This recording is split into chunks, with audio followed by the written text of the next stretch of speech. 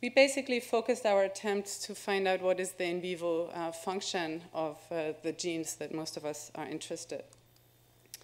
So our approach is we generate loss of function mutants, and we do that by genome editing. So we used to take zinc finger nucleases, and now we completely switched to the CRISPR-Cas9 system.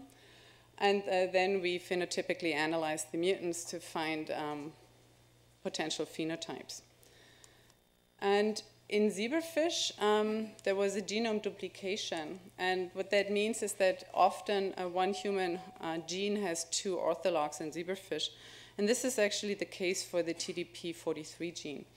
So in human, as you know, we have one gene, but in zebrafish we have two genes, and these are really completely different genes on different chromosomes. And what's intriguing about these two different genes is that one of the genes, and it's called TDP-like, is that it's missing this glycine-rich domain. And as you all know, this is a functionally, supposedly very important domain, because this is where the patient-associated mutations cluster in, even though I think we're still, besides the increased aggregation propensity, we have very limited information if they actually do something else. So there must be a function, if this gene is there, that is not dependent on the glycine-rich domain. So what we did, we used zinc finger nucleases to introduce a stop codon in the endogenous zebrafish genes of both of those genes. So all of the functional domains of the protein are actually gone, and we confirmed that these are protein nulls, and we have several alleles for everything I'm going to talk about to make sure that we don't have integration or position effects for anything we're analyzing.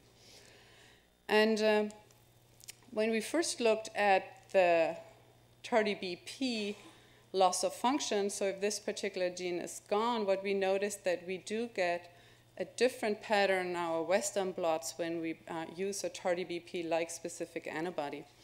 So this is in duplicates, and every time this gene here is gone, this protein here shifts its molecular size. And interestingly, it shifts its molecular size to exactly 43 kilodalton.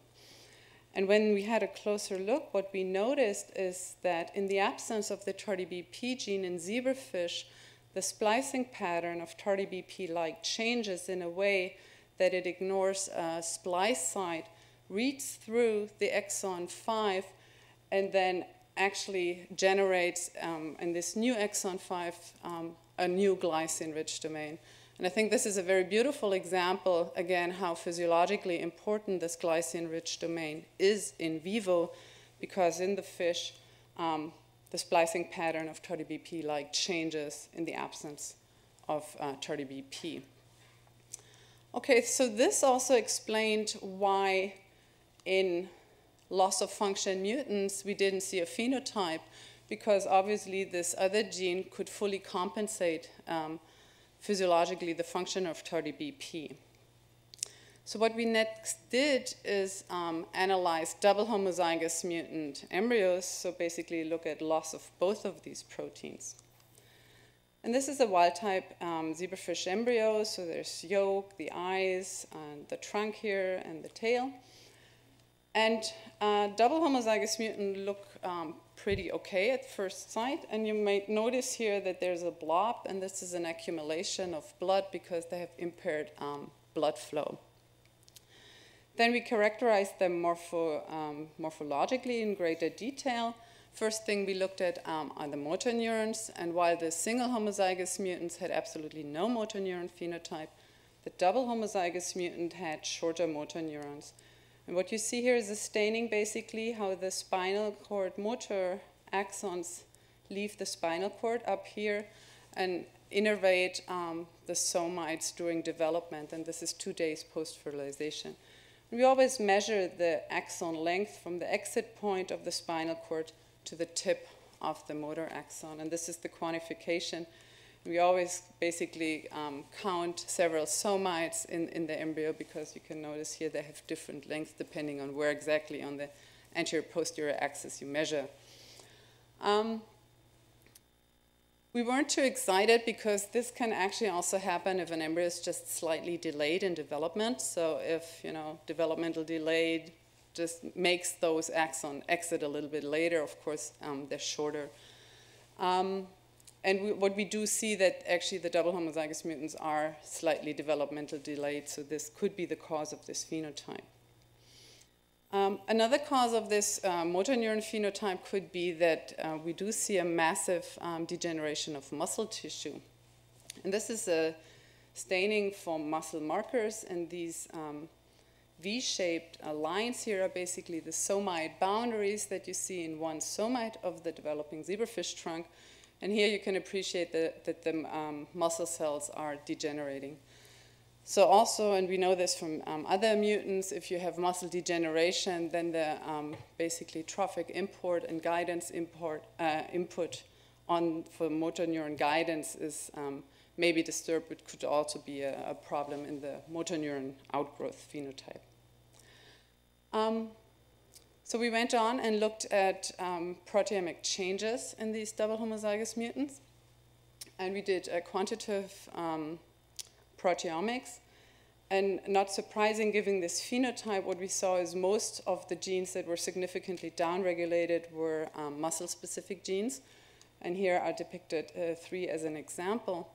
And what was striking that another completely muscle-specific gene, and this is called filament C, was our highest upregulated protein. So it was twofold upregulated, whereas all the other muscle-specific genes we saw were downregulated. So this was very intriguing to us. If the muscle degenerates, how do you get an upregulation of this muscle-specific gene? During that time, there was also publications that indicated also upon knockdown of TDP in mouse brain, filament C is also upregulated in mouse brain. So then we thought, okay, we're looking at different changes, but does that has anything to do with diseased brains? And what we did then is it did a qRT-PCR on human frontal cortex from patients with confirmed TDP-43 pathology and looked if filament C RNA levels are also differently regulated in patients. And what we compare here is the 2 splice variants of human filament C. And we also detected that the mRNA is also upregulated, but specifically only in TDP-43 positive frontal cortex and not in other neurodegenerative cases such as Alzheimer's brains that we looked at. So filament C is muscle specific. In the brain, it's believed to be in vascular smooth muscle cells. It's a very huge protein, and it's thought to be important to deal with shear stress, and the hypothesis here is that misregulation of a protein in vascular smooth muscle cells maybe has an impairment in regulating blood flow. So this is pure speculation at this point, so we have no evidence from animal models or any published data that this is indeed the case, but we find this correlation very intriguing, and I think it also points to a vascular defect in the animals, obviously, and also in patients. My favorite phenotype in the TDP loss of function fish is actually a vascular phenotype. So this is a transgenic line, and you're looking at a zebrafish embryo again at 2 days post-fertilization, highlighting the entire vasculature of the fish. And this is how the mutant looks like, and you can appreciate it looks quite different. And if we zoom in here in the trunk, you can appreciate this nice regular array of intersegmented arteries, which is completely disturbed in the mutants. So we have more sprouts leaving the artery, and we have also hyperbranching. So this is a very unique phenotype, and all the mutants that are known in zebrafish that look like that, or most of them, are classical guidance cue defects.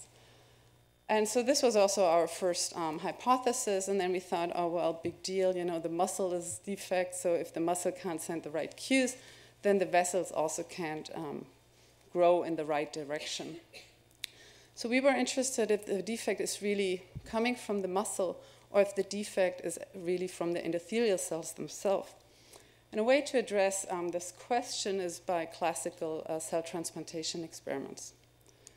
So in zebrafish, the way we do that is we made 2 fish that carry transgenes that make the endothelial cells visible.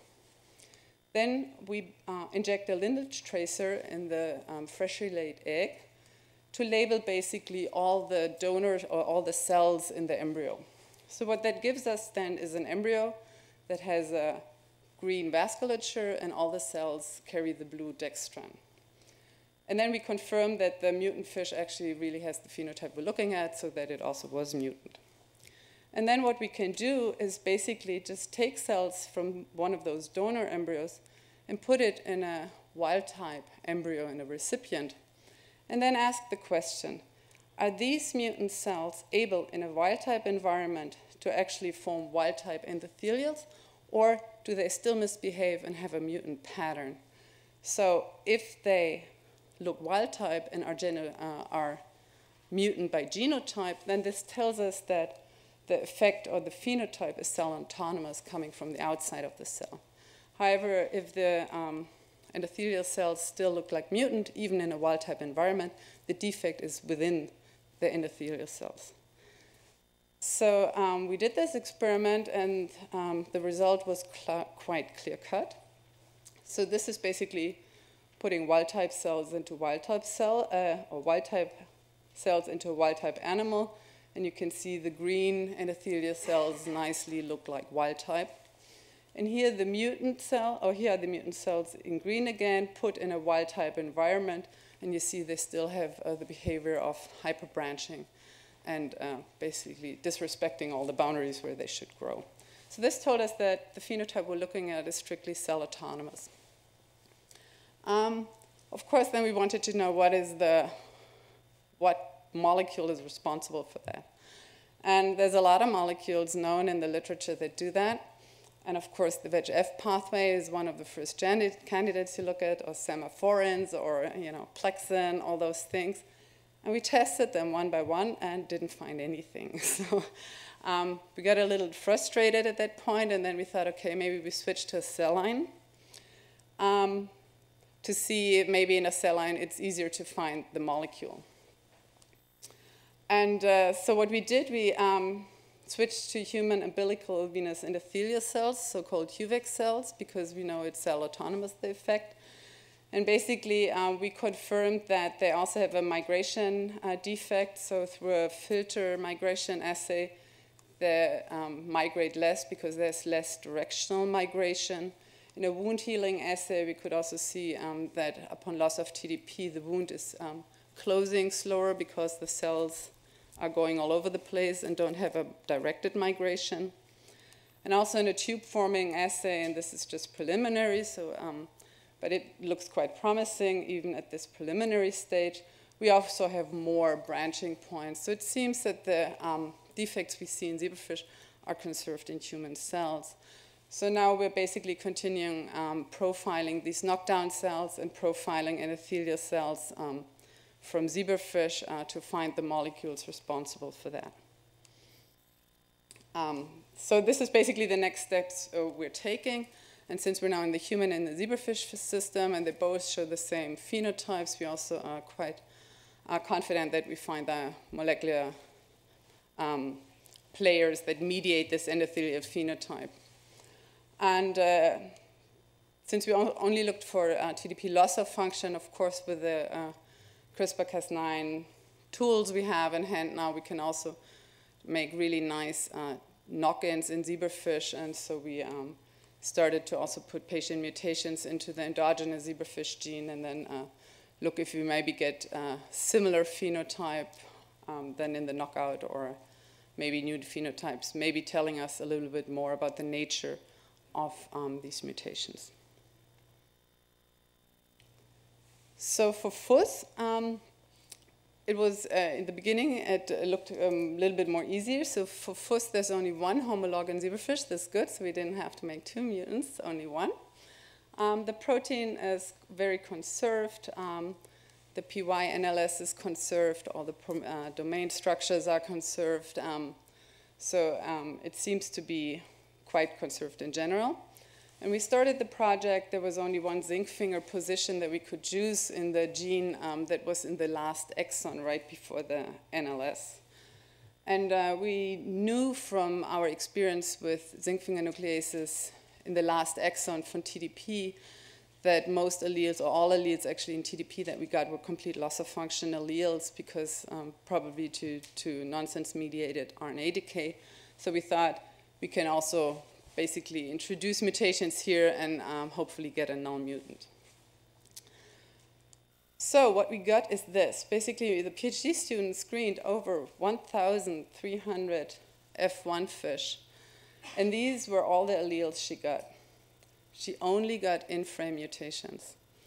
And so this is basically the wild-type sequence. This is here the very C-terminal, the PY motif here. This is the position where the zinc finger was inducing the double-strand break, and she only got in-frame mutation. So this is the first time we observed this. So this is statistically very unlikely. So we hypothesized that there's a strong selection against loss of function of TDP. And what we speculate is that it actually won't make proper gametes. And knowing that TDP and FUS have a role in RNA transport and localizing RNAs, what we hypothesize that it might have a defect maybe in the oocyte to localize RNAs, which of course we know from Drosophila, also from frog and fish work. It's very important for oogenesis.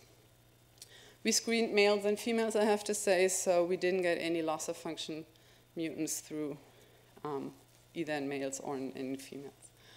So there's a selection against it. So what role it has in making germ cells, we don't know. With all the screening, there was, however, one allele that seemed quite interesting. It was a complex deletion with a frame shift inducing a stop codon right here. And this is a very interesting allele. We only have one allele, but it's a very interesting allele because it basically deletes the very C-terminals and only deletes pretty much the nuclear localization sequence of the endogenous protein. And we were very happy actually then to see that there's also patient mutations in the corresponding human sequence that are just before and one just behind that lead to familial ALS. So we know from human genetics basically that this is a real ALS-associated mutation. So that was very exciting. So we basically had an allele that has a stop codon here. It makes the protein. We see on a Western blot truncated protein. It makes it to wild-type levels. We can see it on a Western blot. We can see that it mislocalizes to the cytosol. So I just summarize that here due to time reasons. We did then also solubility studies because we figured, if in patients we see aggregates, we see a slight shift to a more insoluble fraction, but we don't see aggregates in the fish, also not in aged fish that are over 12 months old. We have absolutely no motor neuron phenotype, so the motor neurons look perfectly fine by morphology. We did swimming tasks. They swim fine. They have the same speed, duration, whatever than wild types, so there's no swimming defects. They don't have any of the TDP knockout phenotypes, so the vasculature is fine, muscle is fine, and so forth. And they have no cell death. So in a way, this is good. There's nothing dramatic, so it gives you the hope it's very physiological, what we're looking at, and it's very subtle. So we just now started to do an RNA sequencing project to maybe find subtle differences in these mutants.